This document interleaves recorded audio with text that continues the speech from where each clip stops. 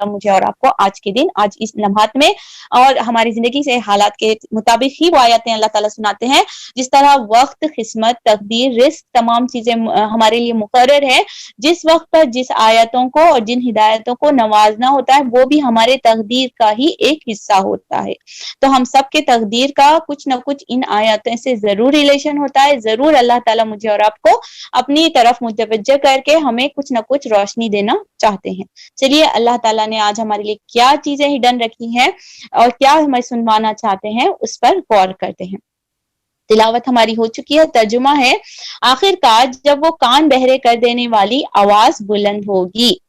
ٹھیک، تو سب سے پہلے یہاں پر کیا ہے، ہم نے دیکھ لیا تھا ان ٹاپک میں آیت 33 سے 42 تک کنٹینیوسلی قیامت کا ذکر ہم پڑھنے والے ہیں اور نیکوکار اور بد جو کام کرتے ہیں، برے کام کرتے ہیں، فاجر ہیں، ان تمام کا کیا انجام ہوگا وہ بتانے والے ہیں.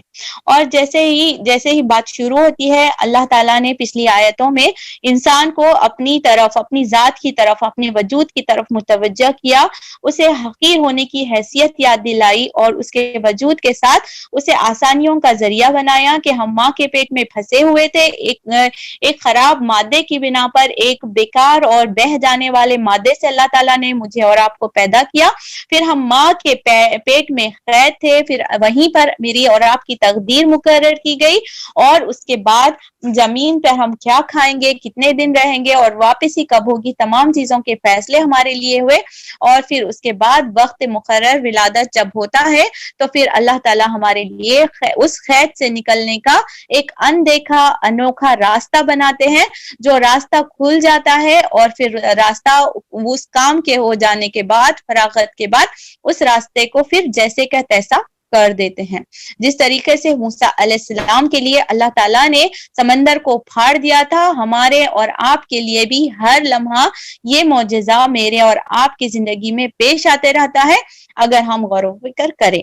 اور اس سے یہ بھی سبق ملتا ہے کہ ثم السبیل یسرا، اللہ سبحانہ تعالیٰ مجھ سے اور آپ سے یہ وعدہ کر رہے ہیں کہ اللہ کے اوپر توکل کرتے ہیں اور اپنی حقیقت پر ہم فوکس کرتے ہیں تو ضرور اللہ تعالیٰ ہمیں تمام چیزوں سے نکلنے کا راستہ، ایک ماں کے پیٹ میں پھنسے ہوئے بچے کو نکالنے کا جس طریقے سے وہ راستہ اختیار کرتے ہیں اسی طریقے سے تمام راستے میرے اور آپ کے طرف موجود ہیں.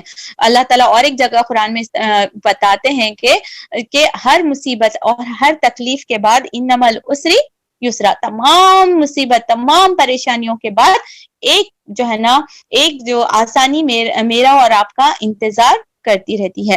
اور ایمان والوں کی ہی نشانی ہے کہ اللہ سبحانہ تعالیٰ ان کی زندگی میں کچھ نہ کچھ ایک آزمائش ڈالتے ہی رہتے ہیں، تاکہ آپ اگر قرآن میں ہم پڑھتے ہیں انشاءاللہ دور قرآن کا پھر سے آغاز ہونے والا ہے بہت جلد، ہارڈلی 2-3 months، یعنی اور ایک سورہ یا 2 سورے ایک ورکشاپ ہوتے ہی انشاءاللہ پھر سے ہم دور قرآن کے اندر قدم رکھنے والے ہیں. اللہ تعالیٰ ہمیں صحت دے، زندگی دے اور پھر سے اس قرآن کے بہار والے موسم میں ہم سب کو صحت اور تندرستی، عافیت کے ساتھ، پورے اہل و عیال کے ساتھ خوشی اور خرم ہمیں رمضان اور در قرآن سے گزارے.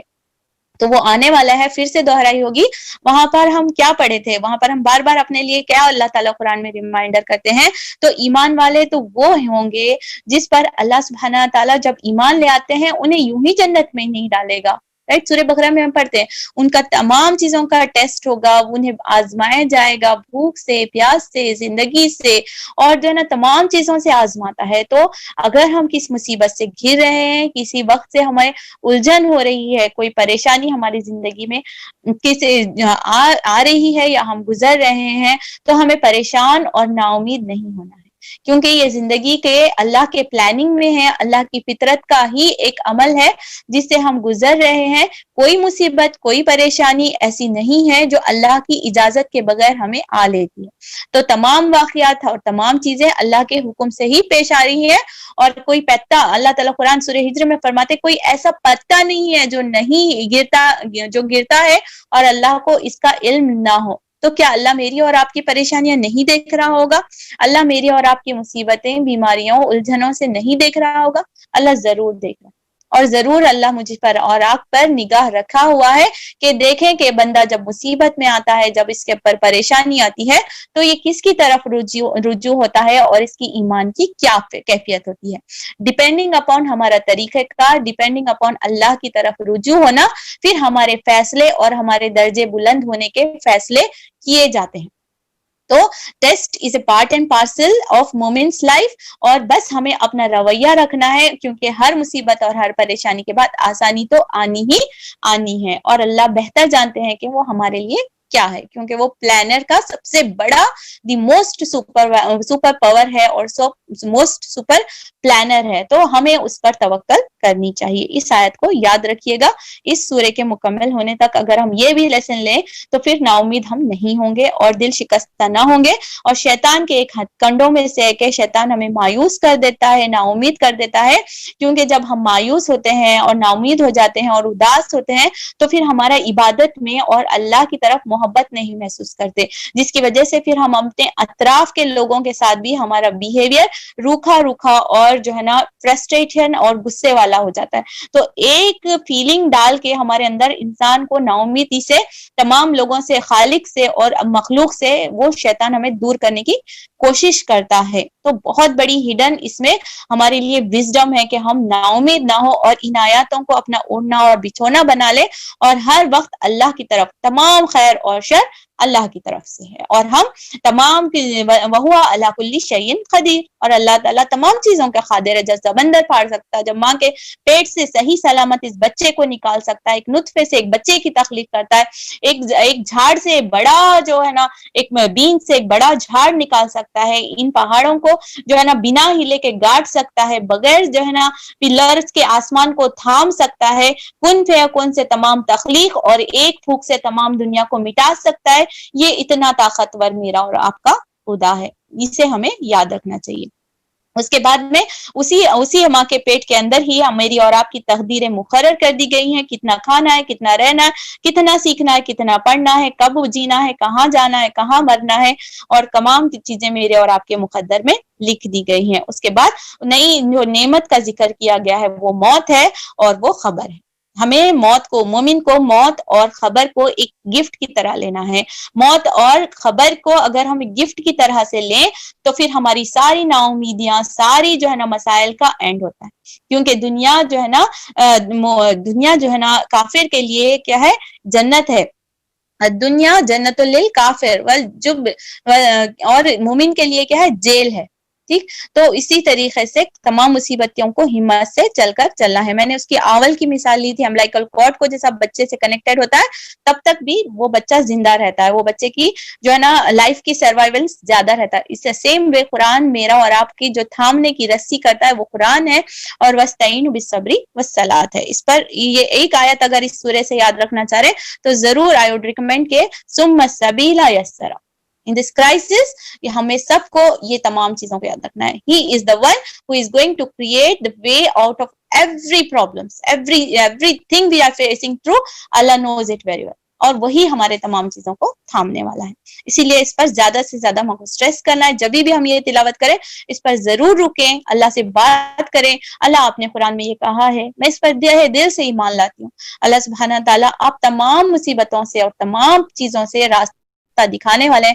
اللہ تعالیٰ آپ مجھے بہترین راستہ دکھائیے اور بہتری کی طرف رہنمائی کریے. ہمیں اللہ سے بات کرنی چاہیے، کیونکہ اللہ تعالیٰ کیا بولتے ہیں؟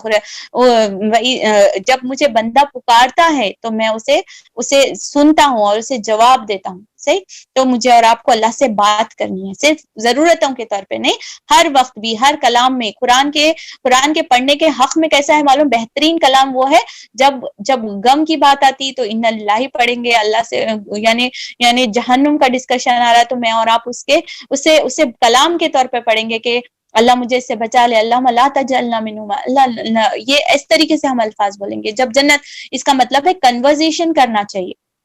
تو میں اگر پیشوام نماز پڑھتے ہیں اور ہم پیچھے پیچھے سن بھی رہے تو ہمارا وہ کنیکشن کریٹ ہونا چاہیے، ان آیتوں کو سوچ کر دل میں سے مجھے اور آپ کو ان دعاؤں کو مانگنی چاہیے. تو اللہ ضرور اپنے ہم کو بھی کوئی ریمائنڈر دیتا ہے تم ایسا بولے تھے، دیکھو تم ایسا کیسا کر سکتے ہیں، مطلب تو ہم کو اگر وہ بات بھول بھی گئے ہیں، اللہ تو بھولنے والا نہیں ہے لیکن ریفرنس کے ساتھ دیتے ہیں تو اللہ بہت خوش ہوں گے اور ضرور ہمارے راستے آسان ہوں گے. ٹھیک ہے، کوئی وظیفہ کوئی شارٹ کٹ اس میں نہیں ہے، کوئی حدیث اور قرآن سے اگر چیزیں ملتی ہیں تو ٹھیک ہے، ادروائز میں اور آپ ان آیتوں پر رک کر تدبر کر کے آنسو بہا کر ضرور اللہ سے دعائیں کریں گے. پھر اللہ تعالیٰ موت اور خبر کی بات ہم کر رہے تھے. موت اور خبر مومن کے لیے ایک تحفہ ہے. ان تمام الجھنوں سے، ان تمام پریشانیوں سے، ان تمام ذمہ داریوں سے ایک جو ہے نا کمپلیشن سرٹیفکیٹ ہے کہ اب جو ہے نا آپ کو کوئی بھی جو ہے نا ان تمام چیزوں کا سوال نہیں ہونے والا ہے کہ کوئی نماز سے کوتاہی ہو جاتی ہے، کوئی ذمہ داری میں کوتاہی رہ جاتی ہے تو وہ سٹیمپ لگ جاتا ہے کہ اب دارالعمل کی کوئی ضرورت نہیں ہے، تمام جو کرنا تھا آپ کر چکے. تو مومن کے لیے ایک راہ ہے، ایک راہ نجات ہے. سبحان اللہ. تو موت کیا ہے؟ اللہ سے ملاقات کا وقت ہے. تو مجھے اور آپ کو موت سے ڈرنا مومن کا شیوا نہیں ہے. اگر ہمارا موت کا ڈر ہو جاتا ہے، جو وہ معزز تھے زمانے میں، جتنے بھی جو ونرز ہوئے ہیں، جو کیپچر کرے ہیں، جو ڈائنیسٹیز قائم کرے ہیں، مسلمانوں کا جھنڈا بلند کرے ہیں، ان کے اندر کیا تھا معلوم ہے؟ وہ اپنی جانیں ہتھیلی پر لے کر چلتے تھے. وہ چاہتے تھے کہ ان کی جانیں اللہ کی راہ میں قربان کریں. اور آپ صلی اللہ علیہ وسلم بتاتے ہیں کہ میری امت کا جو زوال ہوگا وہ دو چیزوں کا، ایک تو مال کی محبت اور ایک ہو رہے گا موت کا ڈر. ٹھیک ہے، تو مجھے اور آپ کو قرآن پڑھنے کے بعد اللہ سبحانہ تعالیٰ سے ملاقات کا وقت محسوس کرنا ہے. اگر کسی بھی لمحے میں ہمیں موت آتی ہے تو گھبرا کر، پریشان ہو کر، وی نیور نو ہمارا کس لمحے، لیکن ایک پریپریشن آف دی مائنڈ ہمارا ہونا چاہیے. اگر مجھے موت کا فرشتہ نظر آتا ہے، رات میں، دن میں، کہیں بھی اگر میرا وقت آ جاتا ہے، مجھے سامنا کرنا پڑتا ہے، تو میں خوشی سے اس لمحے کو ایکسپٹ کروں، کیونکہ بالآخر تمام کو جانا ہے. تمام بہترین بڑے سے بڑے انسان مر چکے ہیں، بڑے سے بڑے پیغمبروں کو بھی اللہ کے پاس جانا پڑا ہے. تو میں اور آپ تو اس چیز سے بچنے والے نہیں. تو مجھے اور آپ کو ایز اے مومن خوشی کے ساتھ موت کے لمحے کو ایکسپٹ کرنا، اس کی تیاری کرنا ہے. جب موت کا فرشتہ آتا ہے تو میں اسے کیسے استقبال کروں گی، سلام کریں گے تو میں کیسے جواب دوں گی، اسے کیا بولیں گے، ایک انجوائبل مومنٹ کی طرح مجھے اور آپ کو اس کی تیاری کر کے رکھنا ہے، نہ کہ موت سے ڈرنا، گھبرانا. ہاں there is another topic کہ موت کی مجھے طلب نہیں کرنا ہے، موت کی طلب بالکل نہیں کرنا ہے، لیکن موت کے لیے ریڈی رہنا ہے. ڈفرینس سمجھ آ رہا؟ ہاں، اگر میں ہیلتھی لائف، ایک سوال آ سکتا ہے، اگر میں ہیلتھی لائف کی کوشش کر رہی ہوں، میں ایکسرسائز میں بزی ہوں، میں اپنے ڈائٹ کا خیال کر رہی ہوں، اور جو ہے نا میں اپنے جو ہے نا emotional, mental and physical health کا اگر خیال رکھتی ہوں، تو کیا یہ میرا موت کا ڈر ہے؟ کیا اس سے یہ ثابت ہوتا ہے کہ فلاں بندہ موت سے ڈر رہا؟ There are two things ہم کو سمجھنی چاہیے. ایک رہتا ہے کوانٹٹی آف لائف، یعنی کہ لینتھ کتنی رہے گی، ٹھیک ہے، اور ایک رہتی quality of life. The person who takes care of his mental, physical اور ایموشنل نیڈس کی ضرورت جو ہے نا خیال رکھتا ہے، اپنے آپ کو ریلیکس رکھتا ہے، اپنے آپ کو فلفل رکھتا ہے، ٹینشن فری رکھتا ہے، اور ایکسرسائز اور ڈائٹ پر خیال رکھتا ہے. It does not makes a person کہ وہ ڈر رہا ہے موت سے، بٹ یہ کیا ہے، وہ اپنی کوالٹی آف لائف بنا رہا ہے. فار ایگزامپل ہماری 60 ایئرس ہے، یا اللہ تعالیٰ ہمیں 70 ایئرس کی زندگی دے، جتنی بھی اللہ ہمارے مقدر میں رکھیں گے وہ میں بیڈ پہ گزارنا نہیں چاہ رہی ہوں. وہ بندے کا کانسیپٹ کیا رہنا چاہیے؟ میں بیڈ پر نہیں گزاروں گی، میں کسی کا کوئی لا کر مجھے بیڈ تک کھانا نہیں دے، بلکہ میں مرنے تک میں کسی کے لیے فروٹفل ثابت ہوں. میری موجودگی جو ہے نا، کسی کے لیے میں ڈیپینڈنٹ نہ رہوں، نہ اپنے بہوؤں پر ڈیپینڈنٹ ہوں، میں نہ اپنے بیٹوں پہ ڈیپینڈنٹ ہوں، بلکہ میں ایک independent, healthy and fruitful person رہوں انٹل مائی ڈیتھ. یہ کانسیپٹ کی وجہ سے فلاں شخص مومن جو رہتا ہے وہ اپنے خیال رکھتا ہے اپنی صحت. ٹھیک، کوئی خیال رکھ رہا تو کتا جیتی بھائی، کتا بھی ہو مرنے کا ایسا کانسیپٹ ہمارے درمیان سے. تو یہ کانسیپٹ ہم کو یہاں پر کلیئر رکھنا چاہیے. اور یہ ایک انشاءاللہ ہیلتھ کے اوپر بھی ہم لوگ انشاءاللہ بات رکھنے والے ہیں، ڈیٹیل میں ہم بات رکھیں گے، اپنے ہیلتھ کا کس طریقے سے خیال رکھیں، ٹائم کا کس طریقے سے خیال رکھیں. فار ناؤ ہم اتنا کریں گے، پیٹ آ جانا یا پھر اس طریقے سے جو ہے نا ہیلتھ ویٹ انکریز ہونا، پھر یہ قیامت کی نشانوں میں سے. ٹھیک ہے، تو ہم کو اس چیز کا خیال رکھنا ہے.